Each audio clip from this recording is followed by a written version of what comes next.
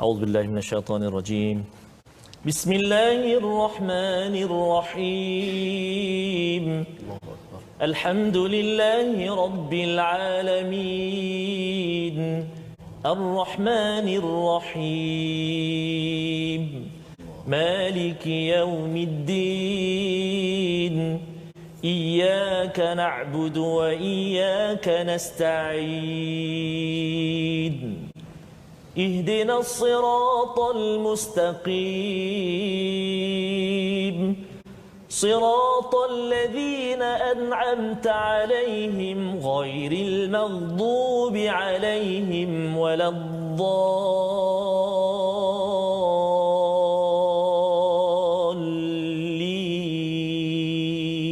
آمين. Iman tak dapat diwarisi dari seorang ayah yang bertakwa. Ia tak dapat dijual beli. Ia tiada di tepian pantai. Walau apapun caranya jua, engkau mendaki gunung yang tinggi. Engkau berentas lautan api, namun tak dapat jua dimiliki jika tidak kembali pada Allah.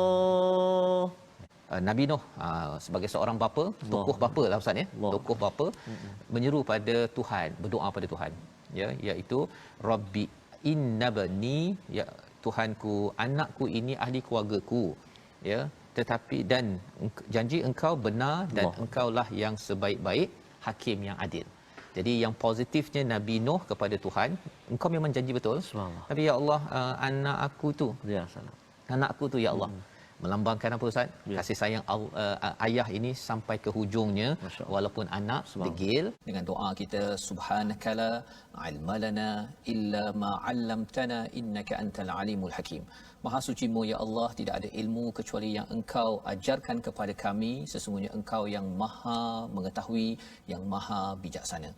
Rabbi zidni ilma, ya Tuhan kami, tambahkanlah ilmu untuk kami. Allahu Akbar.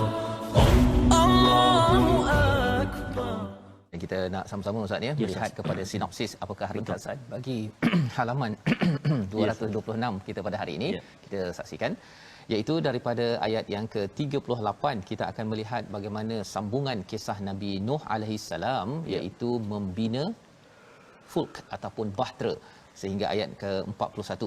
Dan kemudian bila sudah pun berlaku badai taufan yang berlaku, banjir besar, maka ia berakhir diselamatkan kapal Nabi Nuh serta dibinasakan putera Nabi Nuh alaihi salam, meskipun dia telah meminta pertolongan ataupun telah pun meminta anaknya untuk naik ke atas kapal. Ini yang kita akan lihat satu muka surat pada hari ini, kisah Nabi Nuh yang panjang, ya, sepanjang Nabi Nuh ini berdakwah katanya 950 tahun.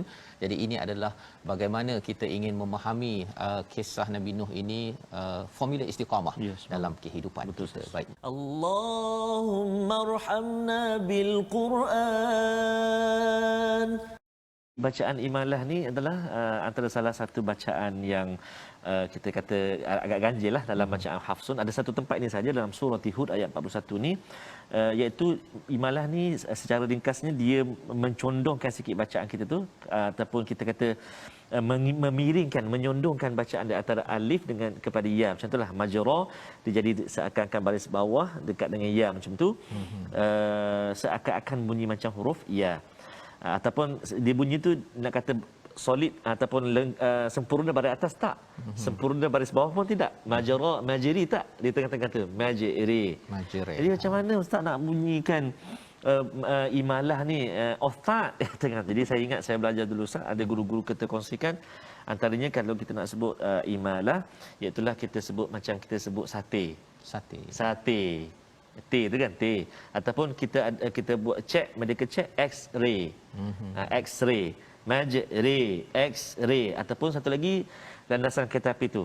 Apa? Rail. Railway tu kan. Jadi pada kalimah tu kita baca majriha, majriha. Baik. A'udzubillahi minasyaitonirrajim.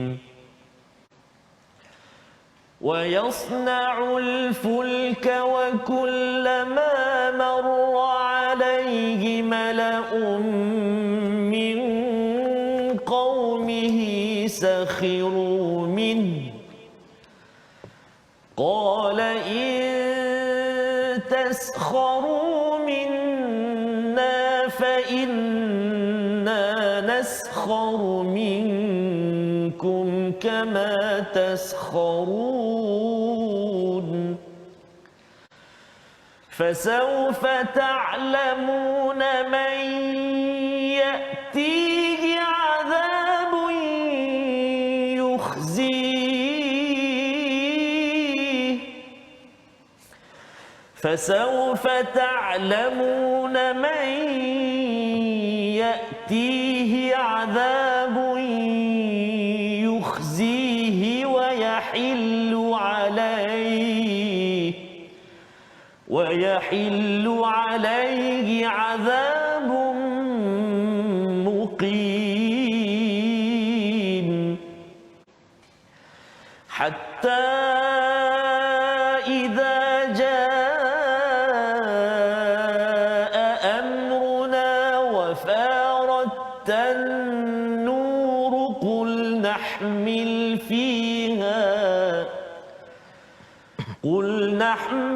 فيها من كل زوجين اثنين وأهلك إلا من سبق عليه القول ومن آمن وما آمن معه إلا قليل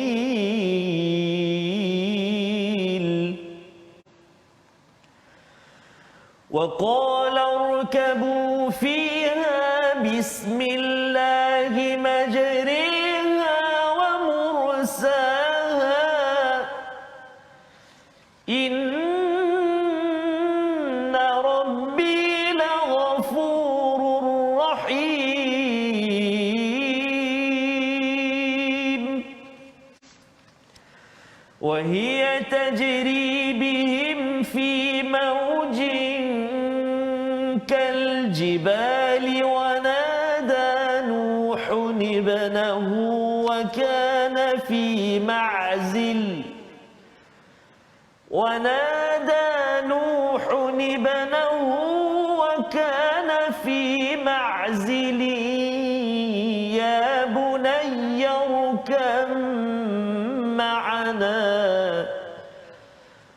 يا بني اركب معنا ولا تكن مع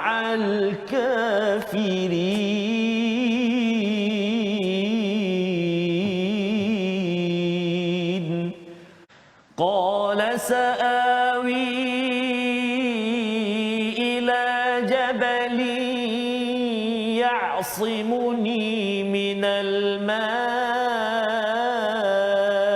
الماء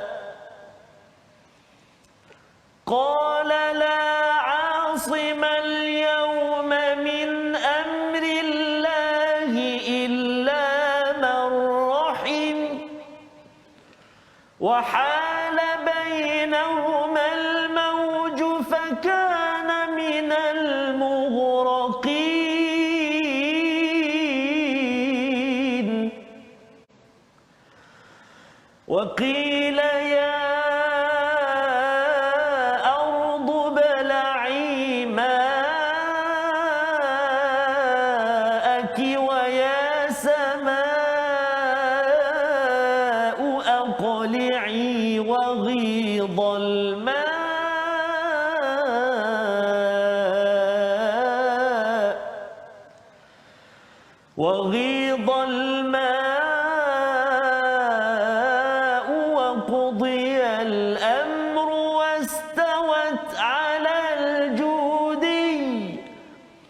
وقيل بعدا للقوم الظالمين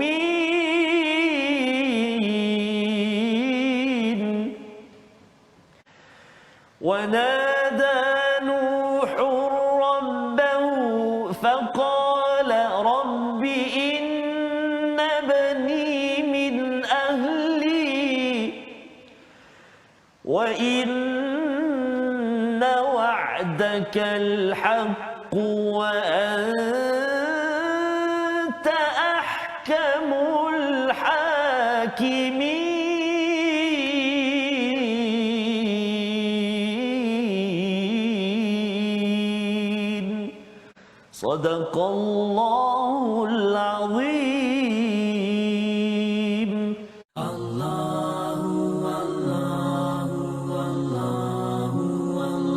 Apakah pelajaran resolusi untuk halaman hari ini dahulu?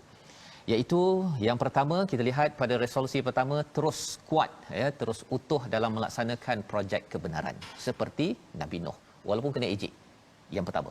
Yang kedua, kekal istiqamah ya, beriman walaupun yang follower kita sedikit ya.